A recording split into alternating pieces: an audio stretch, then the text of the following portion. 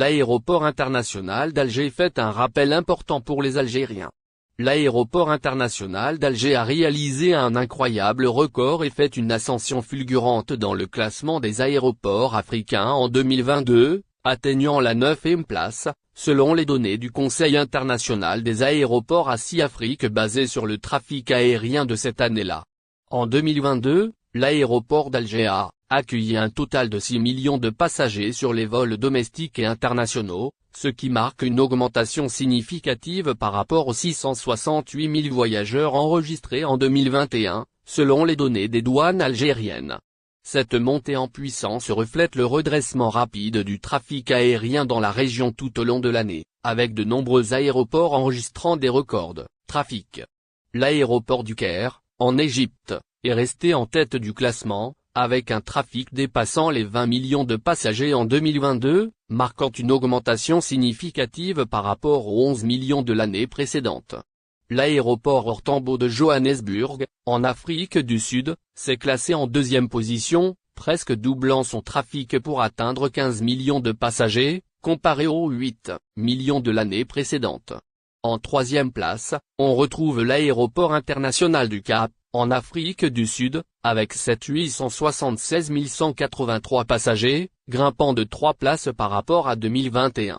La liste se poursuit avec les aéroports Mohamed V au Maroc, Hurghada en Égypte, Boldadi Abeba en Éthiopie, et Jomo Kenyatta de Nairobi au Kenya, occupant respectivement les 4e, 5e, 6e et 7e places, avec des trafics s'échelonnant entre 7 millions et 8 millions de passagers.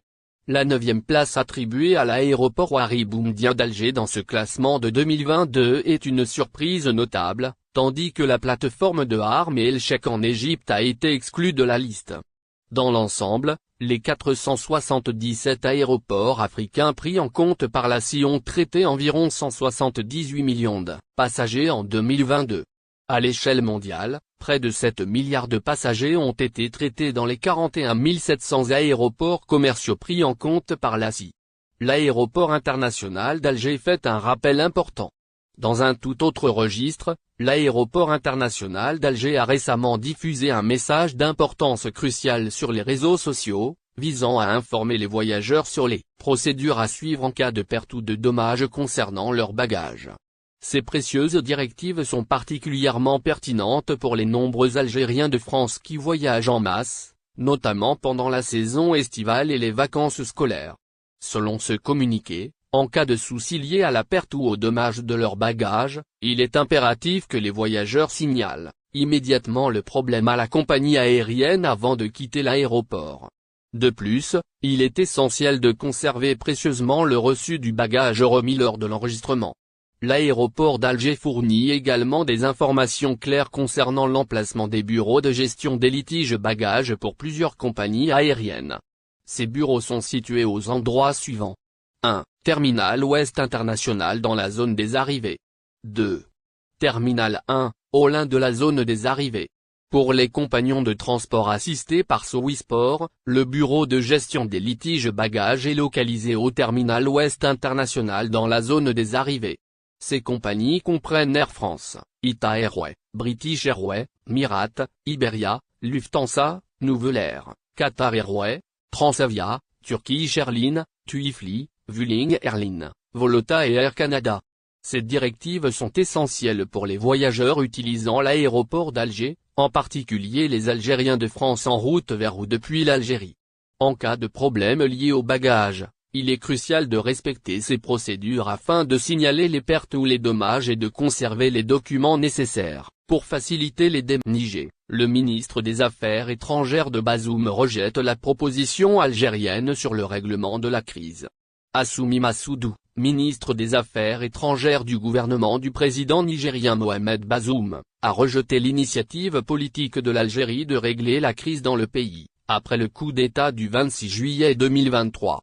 Soutenant activement une intervention militaire au Niger, décidée par la Communauté économique des États de l'Afrique de l'Ouest CEDEAO, Assoumi Massoudou, établi à Paris, depuis le renversement du régime de Mohamed Bazoum, a critiqué la proposition faite par l'Algérie pour mettre fin à la crise politique au Niger, à travers une transition de 6 mois dirigée par une autorité civile. Même si c'est une transition d'un jour, cela équivaut à reconnaître le fait accompli du coup d'État. Donc, c'est bancal. Cette proposition n'est pas acceptable parce qu'elle acte le coup d'État. Donc, la CEDEAO ne l'accepte pas. La CEDEAO et l'ensemble de nos partenaires disent qu'il faut non seulement libérer le président Bazoum mais le rétablir dans son pouvoir. Personne n'acte le coup d'État, a déclaré Assoumi Massoudou, dans une interview à la chaîne France 24, diffusée ce dimanche 3 septembre. La journaliste a rappelé que le président du Nigeria Bola Tinubu a évoqué, jeudi 31 août 2023, une transition de 9 mois au Niger pour mettre fin à la crise. Tinubu a cité l'exemple du Nigeria qui avait renoué avec un pouvoir civil en 1999 après une période de transition de 9 mois instituée par le général Abdul Salami Abubakar. Après la mort du général Sani Abacha, Abdul Salami Abubakar avait hérité d'un pouvoir militaire. Le président ne voit pas de raison que cela ne puisse pas se reproduire au Niger, si les autorités militaires au Niger sont sincères, a rapporté un communiqué de la présidence nigériane, diffusé sur son site. La proposition de l'Algérie est malvenue. Assoumi Massoudou a décliné aussi cette proposition. Non, le président Bola Tinubu s'exprime à travers son gouvernement. Son ministre des Affaires étrangères a fait une interview à l'agence ANSA, agence italienne, où il est très clair, en ligne avec les positions de la CEDEAO.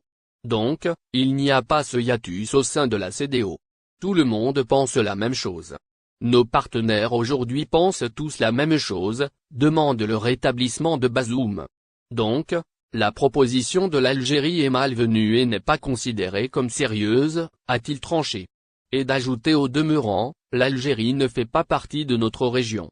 Elle fait partie du Maghreb, de l'Afrique du Nord. L'Algérie partage 1000 km de frontière avec le Niger, note la journaliste. Réponse du ministre de Bazoum, cette frontière, c'est le Sahara. Le Niger est ancré dans la CEDEAO par des accords. Nous avons un traité d'intégration au sein de la CEDEAO, ce que nous n'avons pas avec l'Algérie et le Maghreb. Il y a un pacte de convergence démocratique au sein de la CEDEAO. La CEDEAO veut être un espace démocratique. Elle considère que la norme de gouvernance doit être la démocratie, la légitimité par les urnes, pas par les armes. Si la CEDEAO était forte pour le Mali, on n'aurait pas eu le Burkina Faso et on n'aurait pas eu ces effets dominos qui se sont multipliés. C'est pour cela que les chefs d'État de la CEDEAO ont décidé de marquer un stop à ces phénomènes, a-t-il ajouté. Le Mali et le Burkina Faso ont connu des coups d'État militaires.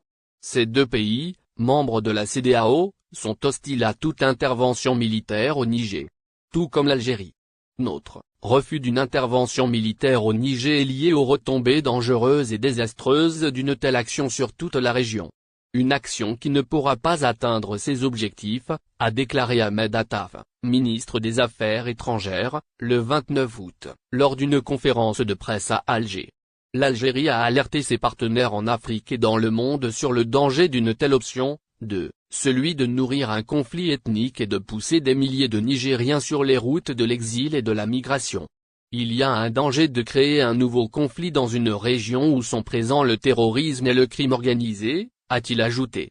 Assoumi Massoudou a confirmé, dans une interview à Alci, une autre chaîne française, que la France va appuyer militairement la CEDEAO en cas d'intervention au Niger. Selon lui, l'Union européenne pourrait aussi apporter un soutien multiforme. Je pense que l'armée française sait ce qu'elle doit faire. Je pense qu'elle interviendra comme elle l'a dit en appui. N'oubliez pas, abonnez-vous à notre chaîne Olive News et activez les notifications pour recevoir nos publications en temps réel.